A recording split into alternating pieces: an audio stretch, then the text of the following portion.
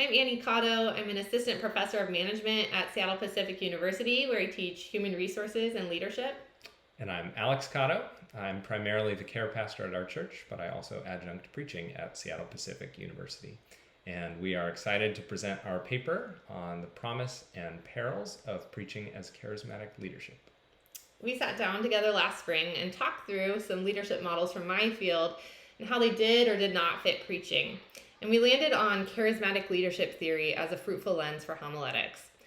The charismatic leadership model helps explain some of the ways that we've seen preaching change lives in incredible ways. It also helps explain some of the ways we've personally seen preaching go wrong.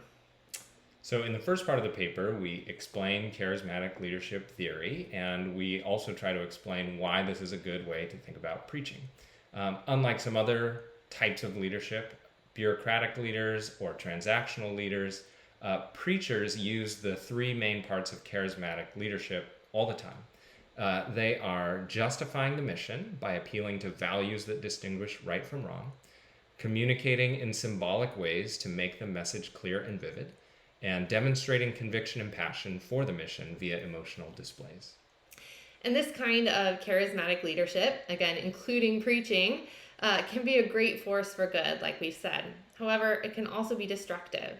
In the next section of the paper, we look at a model of when charismatic leadership goes wrong, called the toxic triangle. The toxic triangle has three axes: destructive leaders, susceptible followers, and conducive environments, together which lead to this phenomenon known as destructive leadership. Looking at preaching, we first consider the thing that may come to mind first for you when it goes really wrong and a congregation collapses infamously. And we look in particular at Mars Hill Church and Mark Driscoll's preaching, because that was where we were both members for a while. We're just as concerned, though, about when the toxic triangle in preaching has destructive effects that are more subtle. They're there even though susceptible followers would consider that preaching and the congregation a success. So we also compare the model with a hypothetical situation where, despite this apparent success, charismatic leadership is in fact stunting and endangering the congregation's long-term health. And then based on those considerations of how it might go wrong in the toxic triangle, we end with 5 practical ideas for how charismatic leadership might be more fruitful in the pulpit.